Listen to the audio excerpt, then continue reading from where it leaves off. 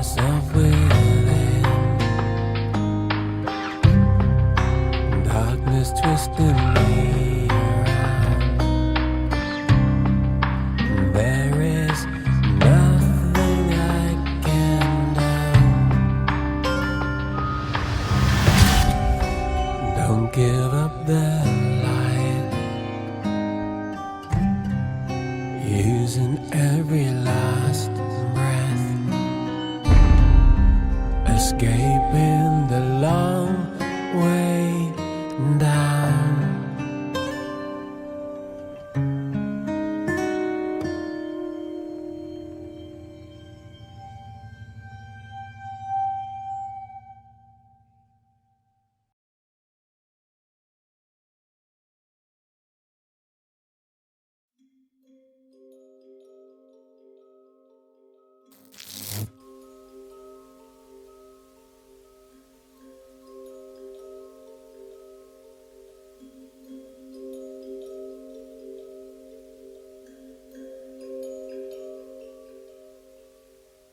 If I were to ask you what your favorite season of the year is, what would you say?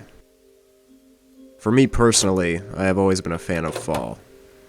There's just something so cozy about the leaves falling down and the cold coming in just enough to where it's noticeable, but not too overpowering. Plus, you got Halloween. But winter has always been a close second for me. I don't know about you guys, but I love snow. It just reminds me of those days in elementary school where you and your friends would try to make the biggest snowball that you could and just roll it down the hill until you see it break into a million pieces. Or all those old Christmas visits with my family in Wyoming when the cold reached nearly 20 below and froze the engines in our trucks on the way to church. Winter has always provided a lot of good memories and nostalgia for me, and I look forward to it each time it comes around.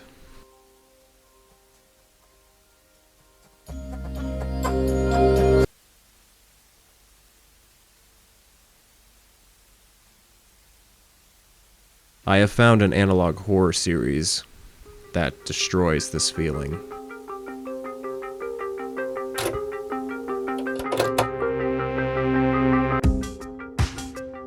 We're in the home stretch now with K83FC's late night programming. At 11 p.m., we pay the bills with some paid programming. And at midnight, we close up shop with the end of our broadcast day. Stay tuned for more of the best local TV this side of the Mississippi. Winter of '83 is an analog horror series that was released on April 1st, 2022. And despite its release date, it is in no way a joke. It is one of the most interesting and, quite frankly, entertaining analog horror series that I have seen in recent memory. The series was created by Louis Lovehog, who is known as the host of a channel called Atop the Fourth Wall, in which he takes on the persona of a character named Linkara.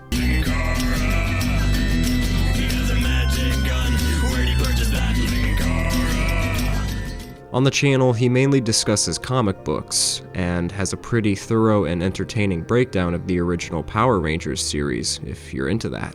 The name Lovehog. That must have gotten you a lot of friends in school. Oh god, yes. That was a fun elementary school experience. You love hogs! You love hogs! It's Norwegian. Winter of '83 stands out on this channel because it's unlike anything that was released onto it prior, and while I'll be honest, it's not necessarily the scariest analog horror I have seen, it managed to stand out to me for its unique concepts, charm, and fun, oddly enough. This doesn't mean it isn't afraid to get scary and disturbing at times, though. I promise you, by the end of this video, you will look at the saying, "Hey, can you help me with this?" in a completely different way. In this series, we are taken through archived footage used in an investigation that was conducted to find the reason behind the disappearance of many people living in the town of Fawn's Circle, Minnesota in the winter of 1983. All the media we are about to view is the compiled video and audio recordings of what events took place during this time period to help us paint a picture of what truly happened to these people.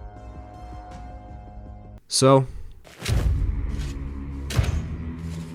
light yourself a fire and prepare to travel back in time to the winter of 1983.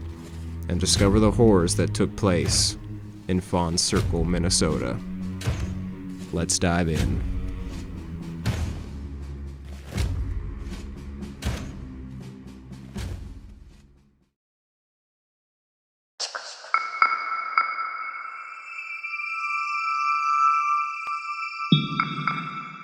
The series begins by giving us a little bit of background information on all the footage that we are about to see.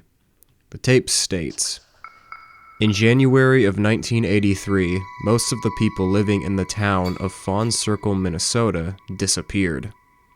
In the investigation that followed, a significant number of video and audio recordings were discovered.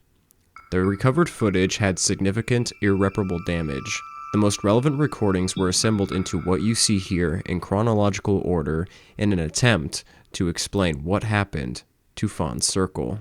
After this message, we are transferred to a Channel 83 broadcast, the Fawn's Circle local broadcast station that the series will regularly come back to. The message states that the channel has finished its broadcast for the day and will return in the morning.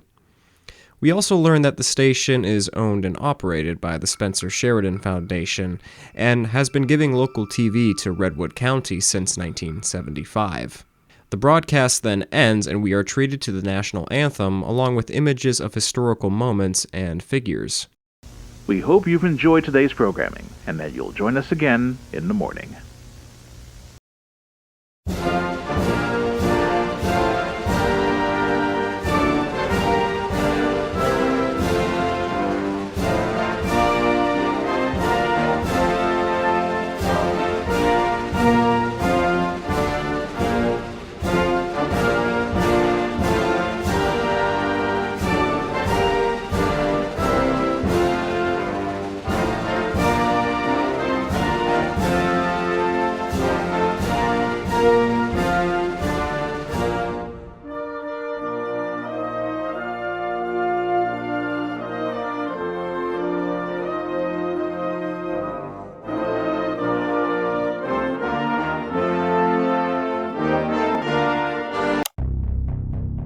This segment of the video does show us some strange imagery mixed in with these historical paintings though, like an abandoned car in the snow, the Fawn's Circle logo, blood in the snow, and even what appears to be a corpse. After these images, the broadcast begins to glitch and we are shown the following footage.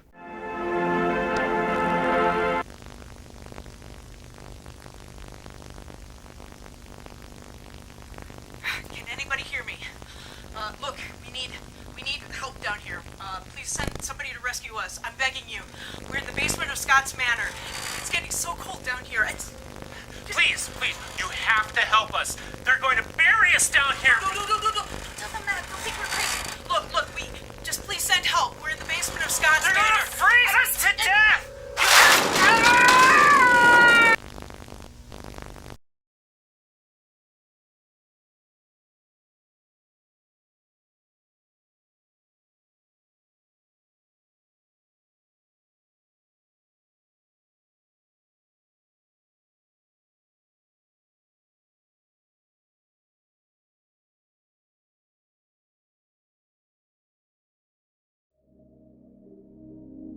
The tape is decently short, as are the other tapes in the series, and it does leave us with a decent amount of questions, as all good analog horror should do. Luckily, compared to the last series I covered on this channel, Winter of '83 is all told in chronological order, and has a much more simple narrative.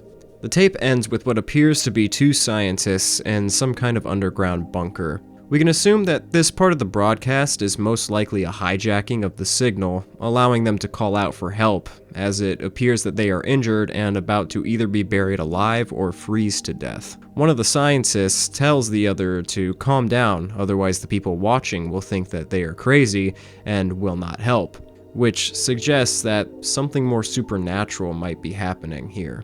This tape is a solid opening, and one thing I appreciate about this series is how it uses a decent amount of live action footage and voice acting that is actually pretty solid. Details to keep in mind moving forward are these.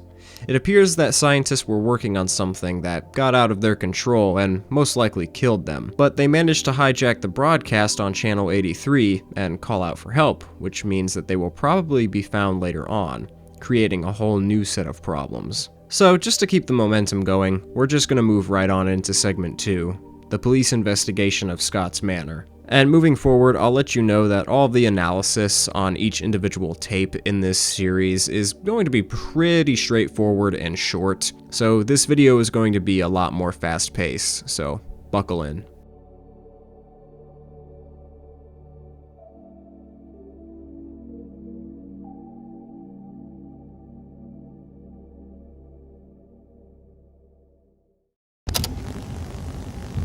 Okay, recording now. Are you sure? I don't want it to be like last week where the cameraman forgot to turn the mic on, and we recorded an interview for half an hour before they noticed. Segment 2 begins in a car as a news crew working for Channel 83 tests out their camera, capturing some basic shots of a snow-filled landscape through the car's window. We learn the names of 3 people here: Vivian Reynolds, our news reporter, Greg Semi, our cameraman, and Sheriff Chris Douglas, of whom the pair are interviewing. They ask the sheriff some questions about Scott's Manor. From this detail, and as we will see later on, it seems that the 2 employees of Channel 83 were sent out to investigate and report about the hijacking that took place earlier, in which the 2 scientists explain that they were in the basement of Scott's Manor. Vivian asks the sheriff to tell them about Scott's Manor, and we learn that the manor was owned by the mayor of the town all the way back in the 60s, and that it was closed for renovations all the way back in 1968. But the city was in the middle of a budget crisis during this period, which meant that the renovations were held off indefinitely. The sheriff also tells them that last September, some scientists from the U of M science department decided to rent out the manor and complete the renovations themselves, as well as use it for some experiments. As our trio keeps driving, we learn through the dialogue that the hijacking we witnessed previously was one of many, apparently, and they seem to be occurring on a daily basis from what the sheriff says. Weird that the mayor's mansion was like 20 minutes away from the town. Well, that's one of the reasons why the renovations kept getting postponed. There was a whole kerfluffle, new laws got passed. The mayor actually had to live closer to the center of town after that. And why are we going out to the manor today? Oh, hey now, you know the reasons even better than we do. Yes, the signal hijacking. Look, I like you guys over at the Channel 83. Galaxy Detective is a fun little show I can watch with my kids, but it feels like these hijackings are happening daily now. That's not entirely true. We had a week or 2 before the last one. There's not much we can do about it, sadly. The transmitter's not that strong. The reason the call sign for the station has FC in it is because Fawn Circle is really the only town that gets the broadcast, so the station owner just figured to, lean into it. And that means anyone with a stronger transmitter on the frequency can take over. And I wouldn't put it past some of those U of M kids being responsible. Well, we can certainly look into it when we get there. If it is them, then maybe you guys can get back to normal. We also learn that the reason the station has FC in its name is because Fawn Circle is the only town that can receive the broadcast, as the station's transmitter is actually very weak in power. It seems that due to these hijackings and the low power of the transmitter, the station is well on its way to being shut down, as it's not raking in enough cash to sustain itself. After this, we cut to an outside shot of the manor. It looks decrepit and abandoned, but this doesn't stop our group from investigating further. One noticeable detail is that when our characters make it inside, the snow seems to have gotten into the manor and spread everywhere. This becomes important when the threat of the series is eventually revealed. Dr. Chandra! Hello? Jesus, I thought they were renovating this place. It looks like it hasn't been touched in decades. Greg, get some B-roll shots while I fix my makeup, please. Already on it. I'm not sure what's going on myself. This place was not looking like this last week. Well, the snow obviously got in. Yeah, but it looks like it got in everywhere. The place still had intact doors and windows. They had finished that back in November.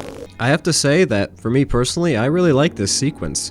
The dialogue mixed in with the wind and creepy B-roll footage is just enough to keep the plot moving, but also let you know that something definitely isn't right about this place. As Greg continues to get more B-roll footage, Vivian and the sheriff go upstairs to investigate. Rhonda! Yeah, Chris? Radio the station, get some more bodies out here to help search. And call Mercy General and tell them to have an ambulance on standby in case we need it. I'm gonna go check upstairs. Alright, back in a minute. I'll come with you. Greg, keep getting those shots and yell if you find anything. Got it. The footage is mostly tame, but this shot of a shoe in the snow was always eerie to me, especially knowing what's coming. Greg eventually finds the basement and decides to take his camera down with him to investigate, but the footage cuts off when something strange happens.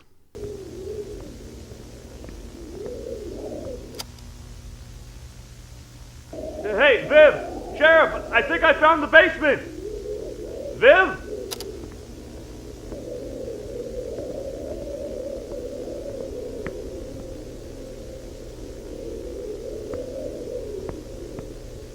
Hey!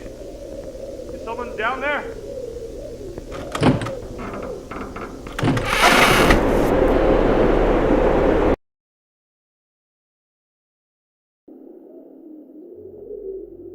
So the series is already leaving us with more questions than answers, but one thing to keep in mind is that all the problems that are later to come link back to the Manor in some way. We just don't know how yet. What experiments were the scientists conducting down there? And what, if anything, did they set free into the town of Fawn's Circle?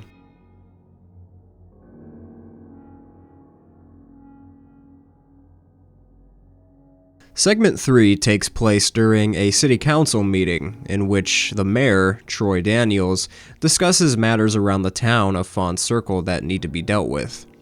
The first thing the mayor discusses is the warnings of a blizzard that is going to hit the town with almost 10 inches of snow in the next few days. City Council, we have a lot of business to go over today, so I suppose we should just get right to it.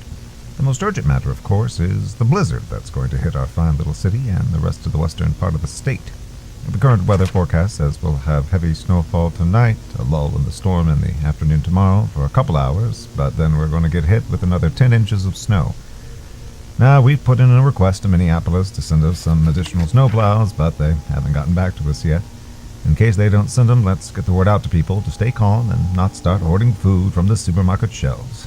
The mayor seems calm and confident that they will make it through the blizzard, but has put the word out to Minneapolis to send some additional snowplows to aid them in the storm, as one of the councilmen chimes in, saying that their snowplows are old and getting sluggish, which is obviously not what you want for a blizzard of this magnitude. The council then calls up a representative from the U of M Science Department who is going to discuss the renovations of Scott's Manor. However, the representative doesn't seem to be in the room, and if you've been paying attention to this little text scroll at the bottom right of the screen, we can see a message that says, "They are with us now." Well, I'm sure it's nothing to worry about. Moving on, the council brings up a representative of K83 to the podium. As the representative comes to the podium, we learn that he is the general manager of the K83 station, and that we feast upon his work? Wait a minute. Okay, so if you couldn't tell already, it seems that the live broadcast of this council meeting we are watching has been hijacked, and these strange messages are being displayed to all the other viewers watching at home as well. This is a strange message, though. I mean, how can you feast upon a channel's broadcast? Well, don't worry, it'll make more sense later. Trust me. The representative says that he and the station have had a great pleasure in serving the city of Fawn's Circle and has done their best to provide entertainment as well as employment to the people living in Fawn's Circle. We also learned that this meeting is, in fact, being broadcasted on Channel 83, which would explain those strange messages and glitches of the broadcast. As we heard in the last segment, the station is struggling, and the reason the representative is here in the council meeting is to request some additional funds to help the station get back up on its feet. This very city council meeting is being broadcast for people to watch from home, so more people can be involved in decisions involving our fair city. However, things have not been going well for the station as of late. Syndication packages for programming are becoming more expensive, we have competition as more and more people embrace cable television, and advertisers are not as interested in investing in ad space. What I'm here to request from you today is a stimulus into this part of the community, some additional funds to help us through this rough patch as we adapt to changing standards in our industry. Let me stop you for a second there. Mr. Frederick, how much are you asking for exactly? $75,000 over the next 3 months. The amount of money requested does not go over well with the mayor, who, honest to God, just starts roasting this man in front of all these townspeople. Mr. Frederick, we are not Minneapolis. Hell, we're not even Wilmar. That kind of money for one struggling business is not acceptable. I know it's a lot, but we give back to the community in a lot of ways. With all due respect, Mr. Frederick, I disagree with some of your assertions. You claim to be contributing to the community with your programming, but my family watches Channel 83. Most of what you show there is stuff found in syndication that you can find elsewhere. We've had to take on syndicated programming due to budgeting issues for original shows. Frankly, those original shows leave a lot to be desired. They're cheap looking, the educational content for kids has been, well, wrong a lot of the time, and frankly, I know several local actors who refuse to work for you because they're embarrassed to be a part of such terrible shows. My boy Frederick didn't deserve that. During this segment, the hijackings are brought up yet again, and the representative asks the mayor if he would be willing to negotiate. Mr. Frederick, even if we thought the programming was worth investing in, your station's transmitter is very low power, and as a result, you've had several signal hijackings of late. Some of it pretty disturbing and not at all appropriate for the children of this community. We have been investigating the hijacking, sir. And it should be noted, they always occurred late at night when kids should have been tucked into bed. Regardless, you want us to invest a not-so-insignificant amount of money into a business like yours that is not exactly proving itself to be worthy of such an investment. Would you be open to negotiating the investment, at least hearing us out further about this?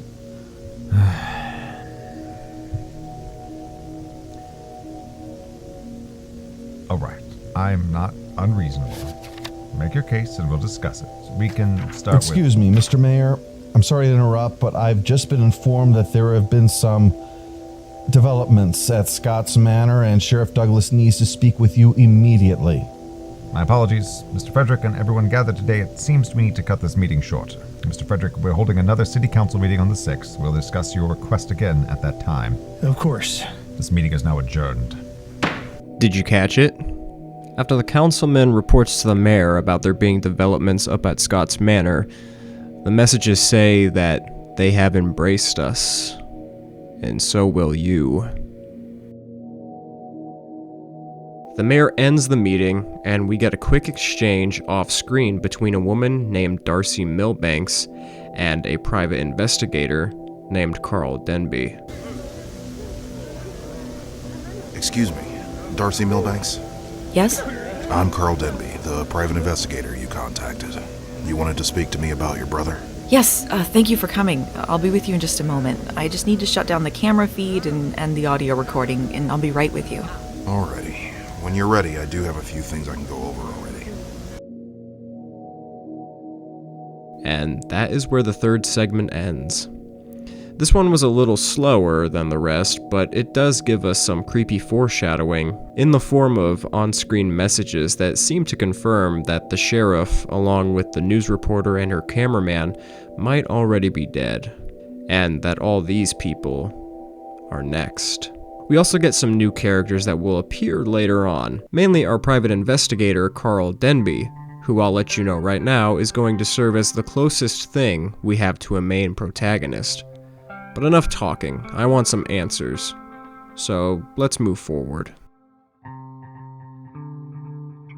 Much like the first segment, we begin the fourth segment with a K83 broadcast. The broadcast lays out the nightly program and what it will consist of. The broadcast will start with a showing of the 1951 classic, The Thing from Another World, followed shortly by a K83 original show known as Galaxy Detective. The broadcast begins to play us our nightly movie, but it is cut off and we are shown POV footage taken outside while a woman speaks to the camera. Alan, I love you. And I love this chance you're giving me. The air is just so much more crisp around this time, you know? Speaking of crisp, I love the sound of crunching snow beneath my feet. It's fun. I'm serious, Alan. I absolutely love living where it's so cold.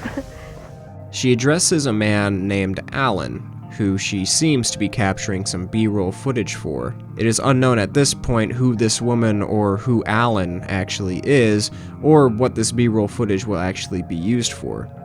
Perhaps she is an employee of the station, and they just needed some footage to fill some time. After the woman walks through the snow some more, explaining how she loves winter and how she has accepted Alan's proposal for marriage, she seems to spot something in the distance that draws her attention. Since I know you're just going to remove this audio later when you cut together the footage, I just want you to know that my answer is yes. I want to spend the rest of my life with you. And share in all the... Wait, what is that over there? Hey, Alan? It looks like the area has been roped off because of a pond or lake or something, but I was here last week while you were visiting your parents. There's nothing here to rope off. What the hell? Alan, this area was closed off for me to film this. No one should be in the park right now, and it snowed last night. But there are footprints? The area seems to have been roped off for an unknown reason. This is strange because, as the woman explains, she was in the area last week, and there was nothing that would warrant roping off this section of land. Another strange detail she finds is that there appears to be footprints in the snow. Take note that the park she is filming in is supposed to be closed to the public, so that she could shoot this footage. As she follows the footprints, the air around her becomes much colder than even she would prefer as someone who loves winter. She follows the footprints and comes across this. I'm sorry. The wind was just... Yeah. I know I was just talking about how I love the cold, but... Jesus. Felt like the wind chill was 80 below or something. I'm wearing gloves, but my fingers felt numb for a second there. Look, I think I'm gonna go back to the car and warm up, but I want to see where these footprints lead.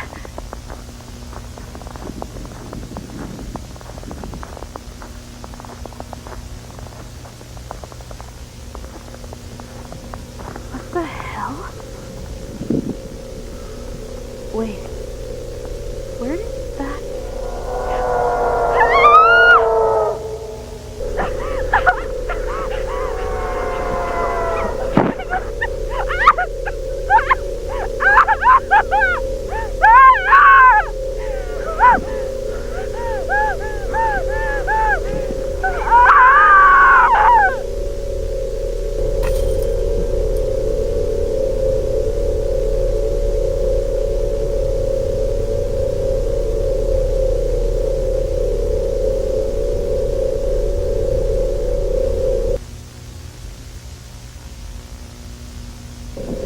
Alan, I'm glad I'm empty. Alan, I love the chill. It's so cold. I'm numb. Spend the rest of your life in winter. I'm so cold. Shiver in all the empty. Share in all the empty. I'm so cold. I'm so cold. I'm so cold. I'm so cold. After stumbling onto a corpse in the snow, the woman is killed off-screen. In the next segment of the video, we hear her voice, but something is obviously wrong. We can hear her voice sounding more robotic and random, almost as if something is learning how to speak in her voice. We then get a quick segment showing the cast of the original film that was supposed to play on the broadcast, but the actor who played the thing from another world is left as a mystery, leaving us to wonder, Who was the corpse in the snow? Why was this section of the park roped off? And what was the thing that killed this girl?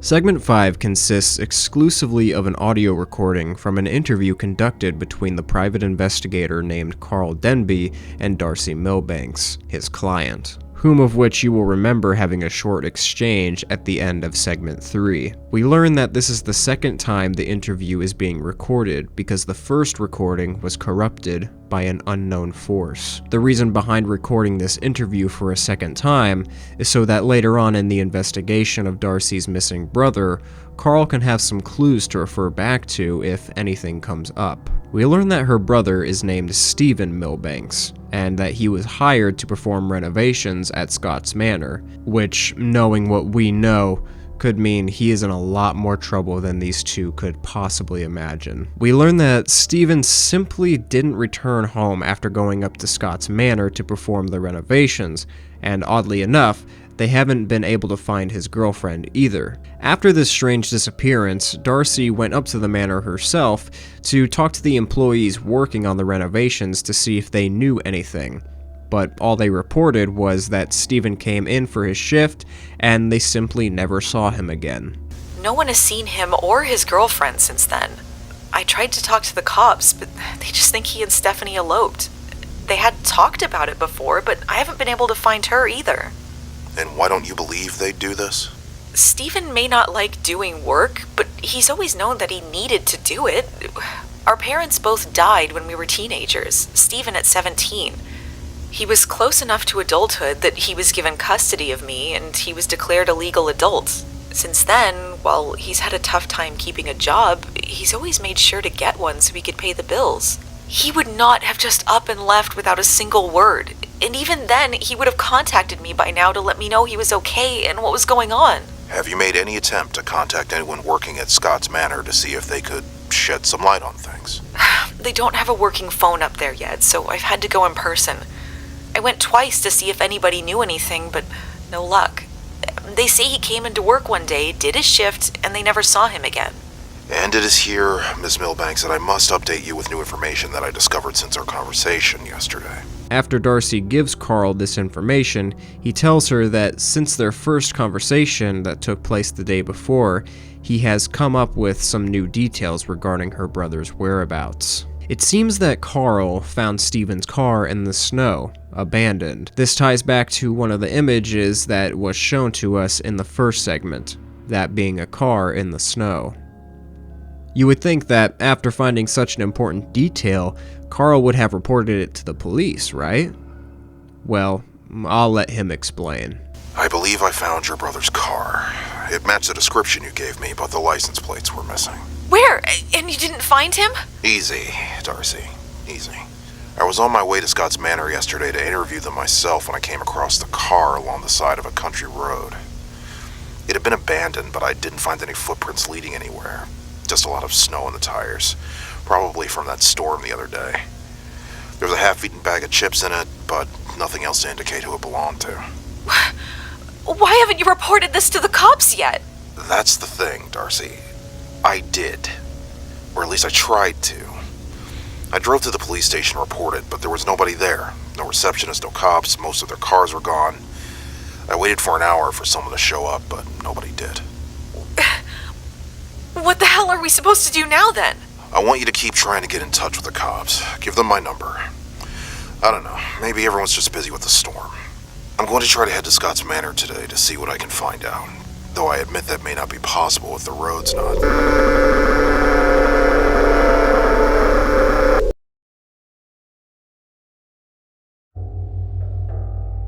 It seems that all of the cops that worked in the department have vanished for some unknown reason.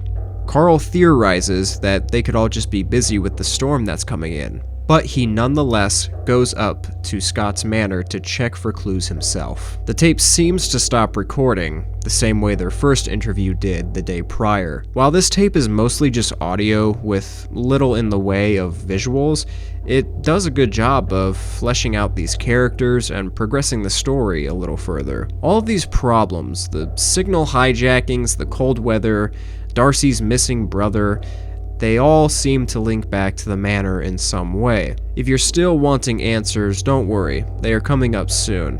But first, we have to dive into one of my favorite tapes in the series, and arguably, its scariest. Let's move on to segment 6.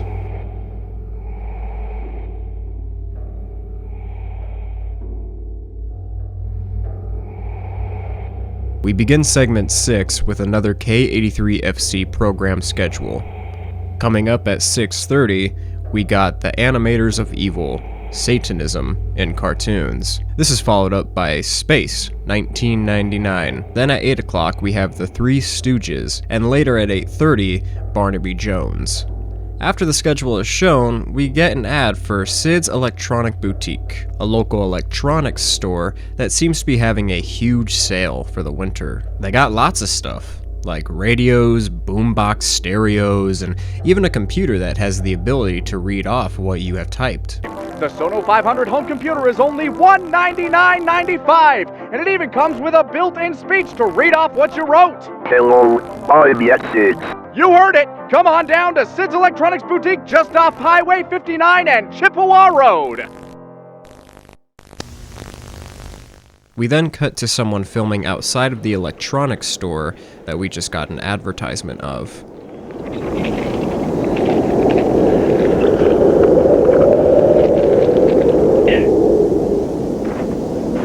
Okay, Sid, here we are. The store. Using your camera to record me locking up the stores you requested. See? Here's your sign. It's your store. Freezing my ass off out here. Just... What, Sid? What is the logic here? You want me to prove I'm not a thief while handing me an expensive camera? Look, I get it. The maps suck, but this is ridiculous. I'm standing out here in the freezing cold while a blizzard is going on just to prove I did lock up the store? If I took anything, I'm not likely to film myself doing it, am I? I mean, just look at all this. Nobody's around. Nobody's breaking in to do this at night. The broadcast is being hijacked again. They seem to be an employee of the store, and they have been tasked with recording themselves locking up the place as requested by their boss. The employee proclaims how odd it is to request that your employee film themselves locking up the store they work at, in some way to prove that they were doing their job. Which is pretty fair. I sympathize with this dude.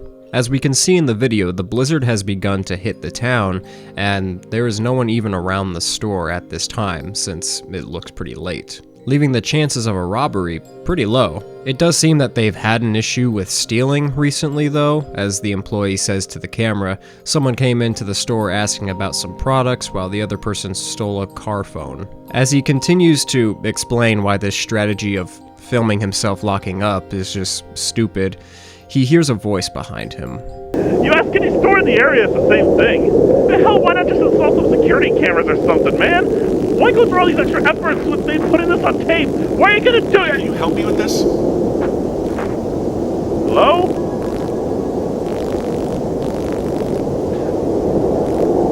Great. I'm hearing things.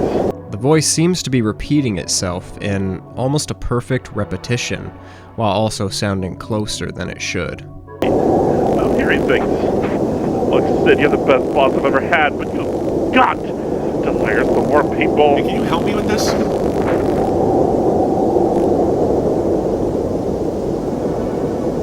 Who's there? Help me with this?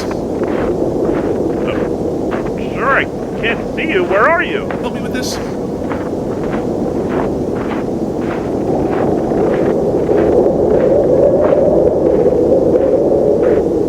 Help me with this?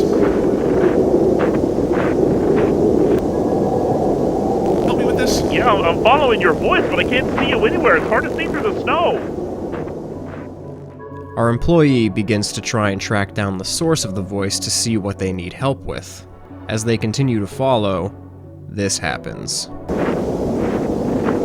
Hey, can you help me with this? Where the hell are you? You can't be this far out. Your voice is definitely coming from this way, though.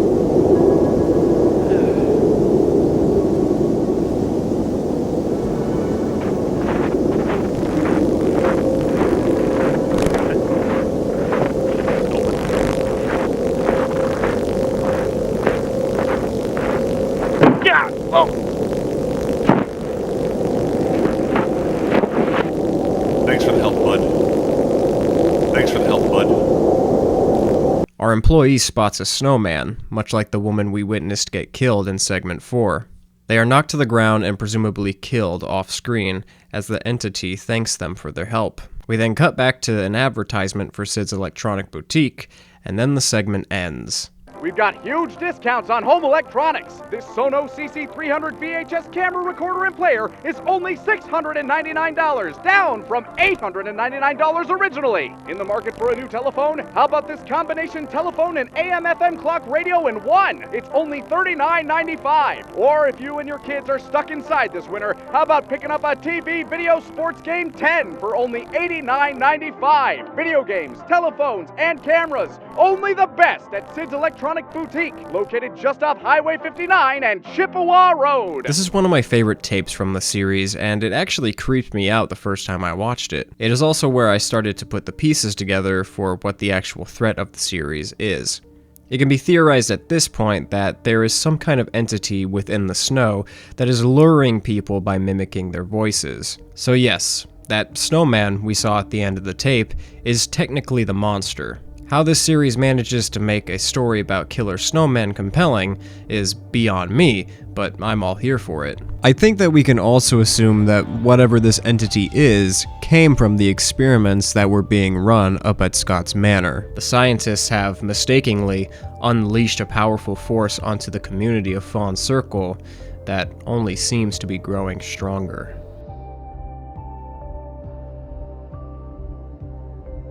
Segment 7 is another video that is captured exclusively in an audio recording. This time, we get the account of Carl Denby as he explains that Darcy has tried to get in contact with the police but has had no success, and that he did not manage to make it to Scott's Manor due to the snowstorm. He tells us that he did manage to make it to the police station, however, after the storm had cleared, and we hear why Darcy has not been able to make contact with them. The station appears to be empty, with the exception of a man that Carl refers to as Deputy Blair. Carl says that the deputy has been occupied with trying to locate the missing officers and the sheriff, but has found nothing. Carl says that while the amount of police missing is concerning, he is more focused on finding Darcy's brother, since that is what he was hired to do. He is currently on his way to Scott's Manor at the time of his recording, to discover any new information that he can. Upon arriving at the manor, Carl finds a scene that can only be described as strange. Along with a total of 8 empty police vehicles, Carl finds 2 emptied revolvers and some shredded clothing that is covered in blood. Obviously, this is not looking too good. This all points to a dark conclusion, that the news crew from Segment 2, along with the sheriff and other officers, have all perished right where Carl is standing. In an urge to find more information about what happened, Carl makes his way down to the basement. While covered in snow, just like the rest of the manor, the basement seems to be much more tidy. The walls are made of metal, the lights are on, and there even appears to be offices. This appears to be the lab that the scientists at the end of Segment 1 were killed in, and where the organism was most likely being tested on. This is confirmed when Carl finds some documents detailing the growth rate of an organism becoming increasingly exponential due to the cold weather. And he also finds human remains. I don't even know what I'm supposed to be looking for down here. What is all this? December 12th. Growth rate of organism increases exponentially at colder temperatures. When were they away? Oh my god. These are definitely human remains. It's like a skeleton. There's blood everywhere around it. I'm thanking God right now my nose is clogged up a bit from the cold because I do not want to be smelling this. I need to find out what the hell happened here. He continues to search the basement, desperately looking for any clues to point him in the direction of what might have happened. And in a stroke of good luck, he actually finds microcassette tapes and a video camera from Channel 83. This is probably the camera that Greg Semi used in the second segment to capture the B-roll footage of the manor before he went down to the basement and got killed.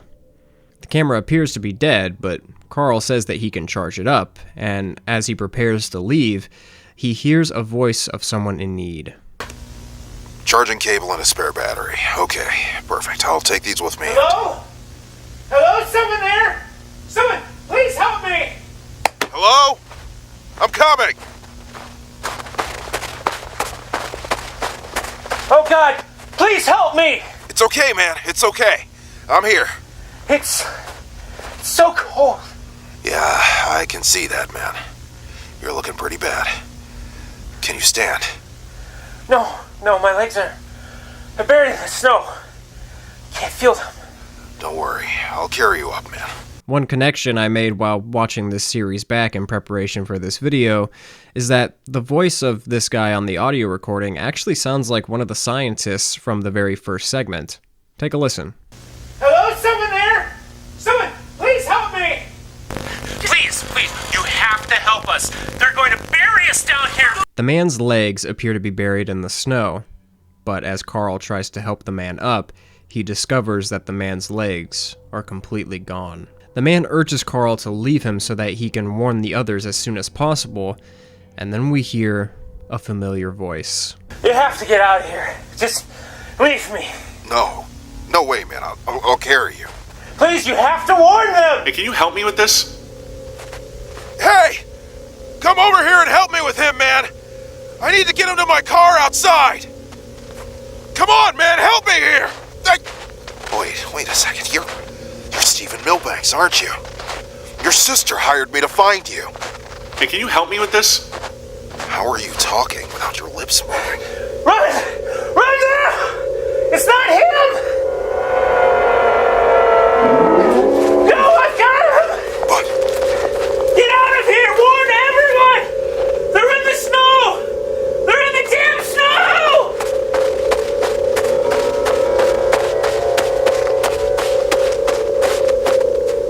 We learn that this man was in fact Stephen Milbanks, Darcy's brother. And with this information, Carl runs out of the manor to warn everyone that the monsters are in the snow. Segment 8 gives us another council meeting. Mayor Daniels says that this meeting is going to be a quick one, seeing as how the storm is approaching and they all need to get home safely. If you can recall, in the last council meeting we witnessed, we got some cryptic messages in the form of text at the bottom right-hand corner of the screen. This continues in this tape, with our first message stating, "We know you well."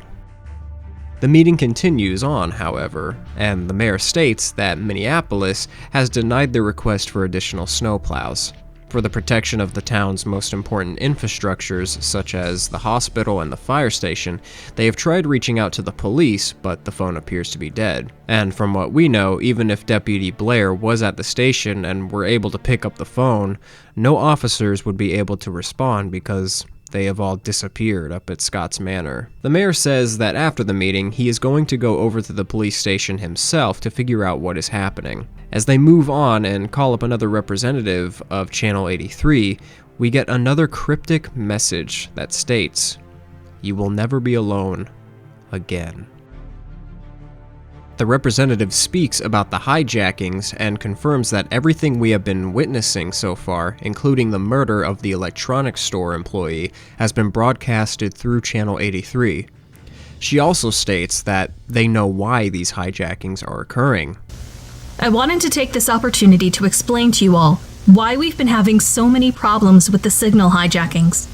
For instance, the one that we had with someone seeming to be filming outside of Sid's electronics boutique.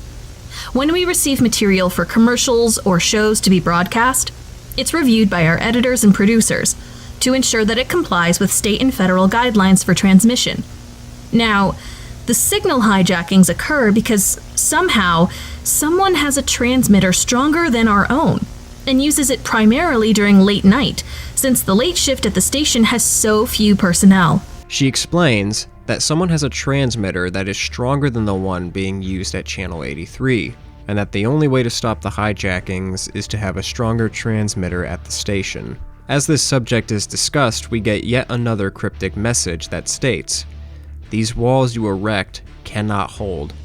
We will creep in." The representative states that as more hijackings have occurred, the producers at the station have started monitoring the broadcasts more frequently, and what they have found is strange. You see, Channel 83, as explained by the representative, uses tapes to broadcast their material, and after trying to boost their transmitter's power in the middle of a broadcast, they found that the material of the hijacking had somehow burned itself into the tape.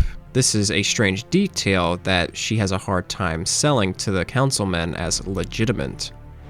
And as they try to pivot away from the subject, and as the video is abruptly plunged into darkness, this is what we hear.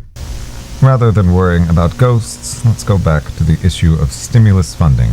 Quite frankly, even if we were to consider this, $75,000 over 3 months is ludicrous. If you want to proceed forward, you'll have to be a little more realistic in your... Please, everyone, remain calm. It seems we might be ending things a little early today if the power is out. What? What is it? The snow! Look! How was the snow covering the doors like that? The blizzard only started a few minutes ago. It's got to be just on the doors, right? No, we're buried. We're completely buried. Calm down, everyone. Calm down. We'll call 911 for help and try to start digging out of here. Darcy, shut off the equipment and call the police. Right. The last message we get states that there is no escape, which is completely accurate considering the current situation that these people find themselves in. The snow has blocked them into the building, not only through the doors, but apparently completely burying them inside. The threat is spreading, and things aren't looking good.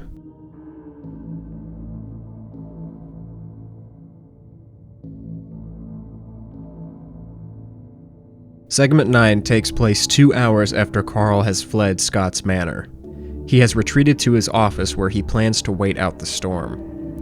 He is recording in an attempt to properly process what he witnessed at Scott's Manor. He seems to have tried to get in contact with Darcy, considering her brother is probably dead in the basement of Scott's Manor. Considering the fact that he found her brother, who is probably dead, Carl describes having to punch Steven in order to get away, and says that Steven didn't even feel human when he did so, but more like something else entirely. He says he is going to let the camera he found charge, and will also listen to the cassette tapes he found. We then get a message that says most of the tapes that were recovered in the investigation were destroyed, but that all of the ones containing important information are presented for us right here. The tapes were recorded by a man identified as Dr. Robert Chandra, who was reported missing 4 years earlier, which is a strange detail, but let's hear what the man has to say. 1982, Dr. Chandra reporting, serial number 9X47A, Project Freezing Rain, Entry 2. We've been setting up the lab facilities under Scott's Manor for 3 days. Dr. Matthews says that he'll have the specimens transferred here within the week, once the primary holding tank has been completed. The life forms that we recovered, well, if you can call them life forms at their size, more like bacteria, really, seem to be attracted to crystalline structures. Given their growth rate, we hope to have something to report within the next... We learn that the scientists under Scott's Manor were experimenting with a bacteria that seemed to be attracted to crystalline structures. This first message cuts off, and then we get another one, and Chandra seems to be more ecstatic about something. The life form they recovered is confirmed to be intelligent, and has even been able to understand English. The life form at the moment can only communicate through a computer, and for only short periods of time. We then get a segment of the lifeform speaking through the computer. Fun little detail, by the way. If you remember the Sid's Electronics ad we got a few episodes back, it advertised a computer with a text-to-speech function, and it is the same voice as we hear the creature speaking through. Only $199.95, and it even comes with a built-in speech to read off what you wrote. Hello, I'm Sid. It's amazing. They actually hear me and communicate. This was the first transmission we got from them. Hello, you are Dr. Chandra. We are Damn it, there's a branch from a tree outside, scraping against the window. I'll move to a deeper part of the office away from them.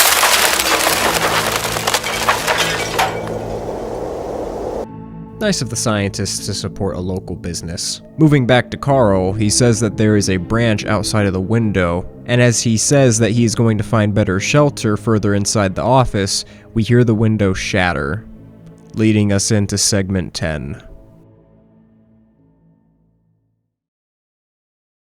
We're in the home stretch now with K83FC's late night programming. At 11 p.m., we pay the bills with some paid programming. And at midnight, we close up shop with the end of our broadcast day. Stay tuned for more of the best local TV this side of the Mississippi. Segment 10 starts us off with an infomercial about the Medicine Lake campgrounds, complete with some calming background photos and music to show us what we can do at the campgrounds. You can ice fish, stargaze, search for Stephen Milbanks, and bleed. Yeah, something's not right about this. We got hijacked again. This tape reminds me a lot of early Gemini home entertainment videos, where you were usually shown lots of nature in the same calming way before getting some pretty cryptic stuff. Hey, if you're going to take inspiration from any analog horror series, Gemini is a great pick.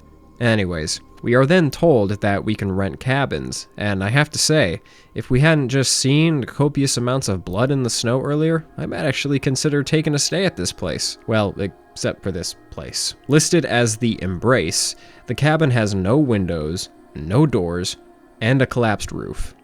No heat, silence, and no escape. Yeah, that's absolutely lovely, thanks.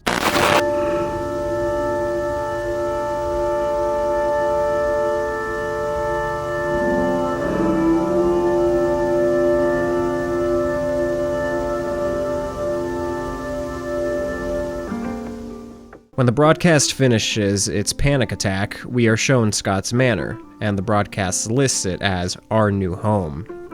It's clear that whatever organism the scientists recovered is responsible for this hijacking, and most likely all the others as well. The only question remains is how an organism is able to do this, but it will be revealed later. The manor is listed as having education, patience, adapting, a start, language, and opportunity. And then we are shown the image of a bloody skeleton in the snow, which is listed as Our New Home. The title of the broadcast changes and states that the red will turn to white, with text at the bottom of the screen reading, "You will be like us." This might be my favorite video of the series. It's definitely one of the more creepy and even more brutal ones, with the skeleton being displayed with pretty decent practical effects. So it is obvious that the organism the scientists were experimenting on were the ones hijacking the K83 broadcasts all along through some sort of power that we are unaware of. They started out at Scott's Manor but quickly escaped and now seek to make everyone still left in the town like them, by apparently devouring their flesh through the snow. All this points us to very little options of escape for our characters, as the snow closes in. Now knowing what we do about our threat, we transition back to the council meeting, in which the power is still turned off and the building is still completely buried in the snow. The mayor begins speaking to the crowd, saying that he has good and bad news. The good news is that they have a backup generator running, and they will have heat for the moment, and they do have food and supplies to last them for a good while. He also says that they have made contact with Minneapolis for help, but it could be a while before the help arrives, since the blizzard is hitting the surrounding areas pretty hard as well. The bad news is that the councilmen have been trying to dig their way out the back door, but the snowfall is so heavy they literally can't go anywhere. But by all accounts, help is on the way, so all the people trapped in the building should be out within a few hours, at least. Then, a door opens. Oh my God, Deputy Blair. Give him some room! Give him some room! Blanket on him. He looks like he's frozen. Deputy, are you okay? What the hell happened? How did you get in here?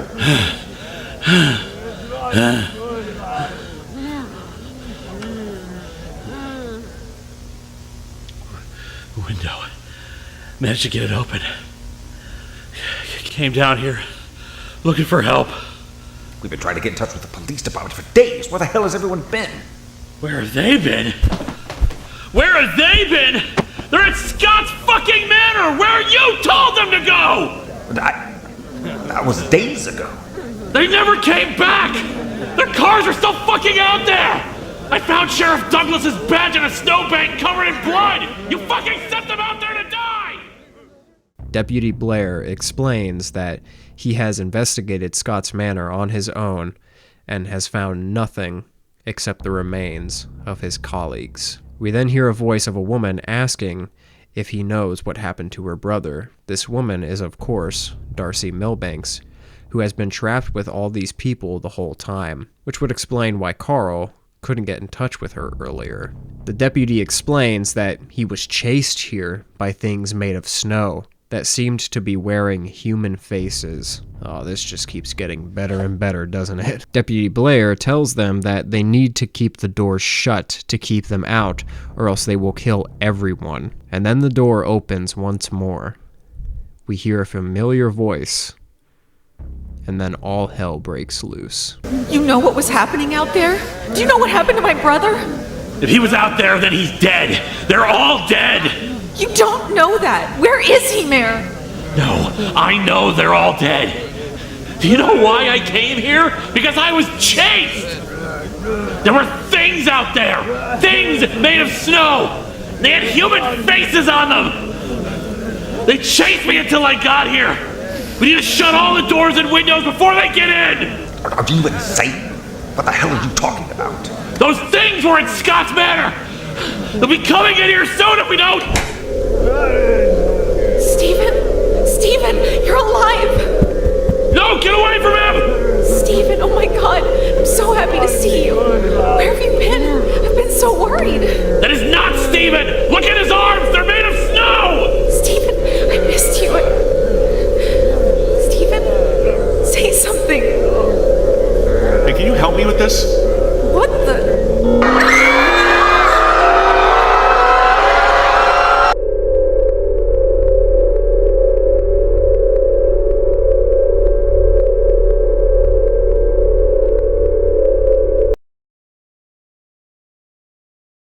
Everyone in the room can be presumed dead, including Darcy, the mayor, and the deputy, bringing our characters down to just one man, Carl Denby, and whatever may lie in store for him.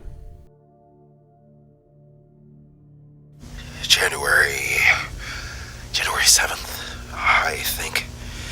It's morning now. I can hear tornado sirens out there, but I think it's quiet enough in here for it to work. After the window broke in Carl's office, he has taken refuge deeper into the building. He states that he lost most of the tapes when the snow got in, and that he only has a few left, along with the camera. We are then played the remaining tapes that give us further context to the research done at Scott's Manor. The first was recorded on December 27th, 1982. And one notable takeaway we are given immediately is that the organism has the ability to manipulate high-frequency bands and magnetic media, which would explain how it was able to hijack the K-83 broadcast. Dr. Chandra theorizes that it is some kind of sustenance for the life form, as in the process of manipulating these broadcasts for consumption, they were able to generate images. So it is confirmed now that the organism is able to burn images onto the tapes and manipulate transmitting broadcasts as a way of sustaining itself. In the middle of the tape recording, the lifeform speaks to Chandra through the text-to-speech computer. The organism says that they want to know more about his life, his thoughts, and his blood, because it is not like them. Hello again, my friends. Could you wait a moment? I'm trying to finish something. We want to know about you. We want to know about your mind and your thoughts and your blood. It is not like us. I know it isn't. We can discuss these things at our scheduled talk at 3 p.m. Very well. And then we hear a familiar catchphrase, synonymous with the series. As you just overheard, the lifeform's speech has been improving and it has lasted for longer periods of time each time we communicate. Still, I'd like to put in a request for new insulation and barriers around the test area. Dr. Giroux said that the experiments with the UHF frequencies affected the TV in the break room, so they must have incredible range with their abilities. I'd also like to start having my reports transcribed in case they accidentally damage more tape recordings. Hey, can you help me with this? Yes, Dr. Matthews, just a moment.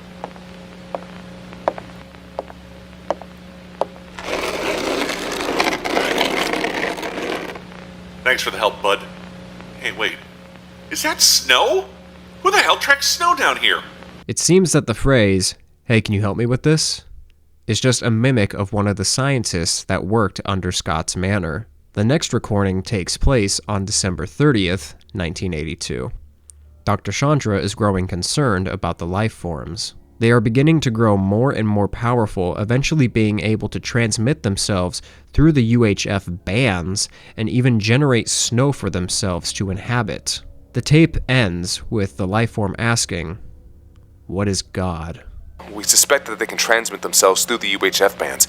Dr. Matthews thinks they may be attempting to leave the lab.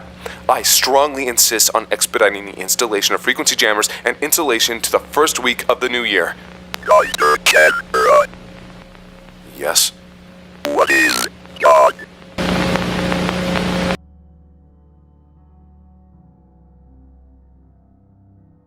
The final tape was recorded on January 2nd, 1983, and Dr. Chandra is being interviewed by another doctor named Simmons, who asks him questions about his growing concerns with the lifeform. It seems that they are growing more and more powerful and might even be developing a god complex.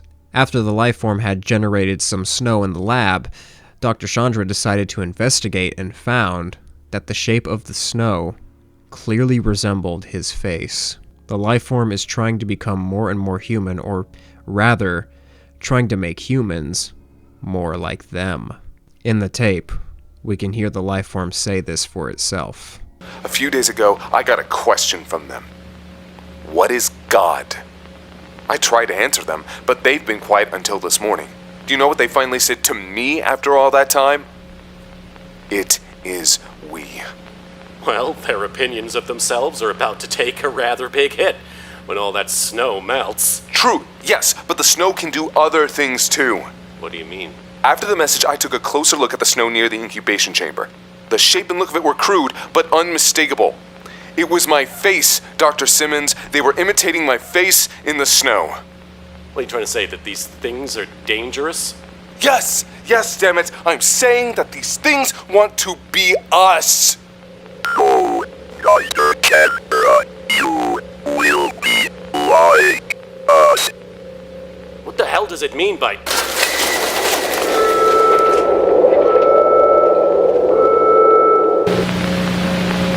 The lifeform escapes, and, well, we all know what happens next. After hearing this, Carl decides that he has to move or else he will die. The snow is building up, and as he begins to leave his office, he sees Darcy? Or at least what he thinks is Darcy. Darcy, I hope your car's got gas. Mine's almost out. Help me pack this up and I'll explain everything on the way. You're not going to believe this, but some weird shit was happening at Scott's Manor. I don't think your brother was directly involved, but There's no way to say this, but I think... Darcy? Darcy, why are you just standing there? Thanks for the help, bud. Thanks for the help, bud. Shit!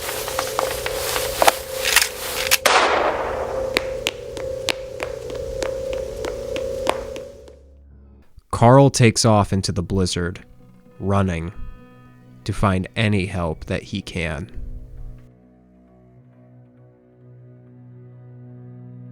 The final 3 tapes of the series are very short and flow into each other very seamlessly, so I'm going to just tackle them all here in this segment. In segment 13, we get a weather broadcast from Channel 83 that gives us updates on the blizzard along with a few disturbing images that we have seen previously. Eventually, the person narrating the broadcast hears a door open and we can hear them being killed by the life form. But his voice comes back speaking incoherently. Obviously, this is being controlled by the life form, which distorts the broadcast and tells everyone to leave their current location, step outside, and that they will return the audience to the snow. But we'll keep the weather warning display on the bottom of your screen until the current emergency is...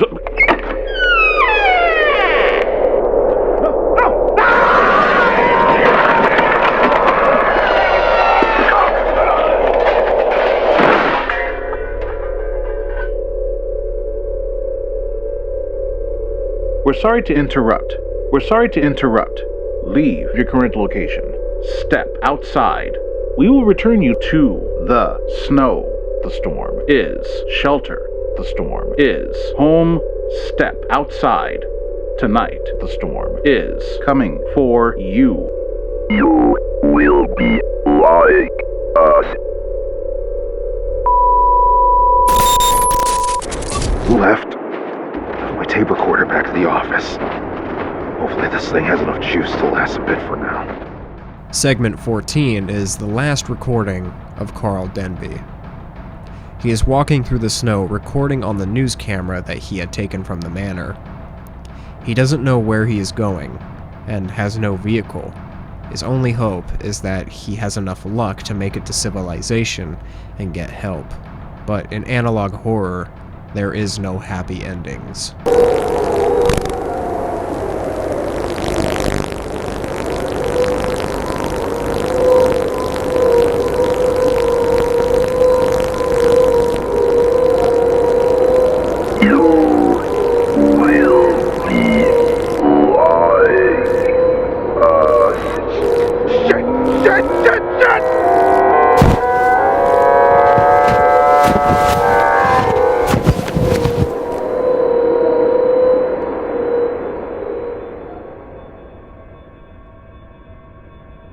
Carl is killed by the life form that has molded into his own face. The camera goes black, but this is not the end of our story. Segment 15 gives us an epilogue to the events that we have witnessed.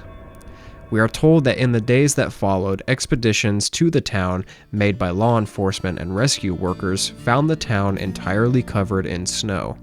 And luckily, they also found some survivors, but none of whom were directly involved in their recovered footage.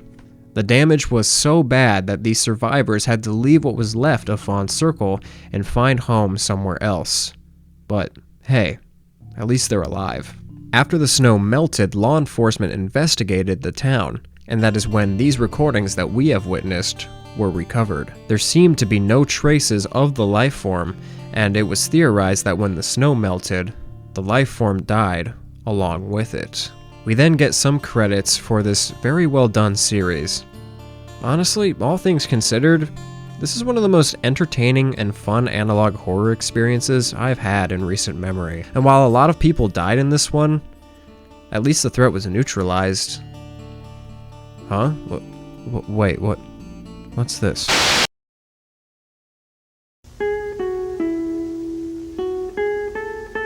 A broadcast from a different local channel located in Kansas. Interesting. I'm sure they aren't getting hijacked. That would just be absurd.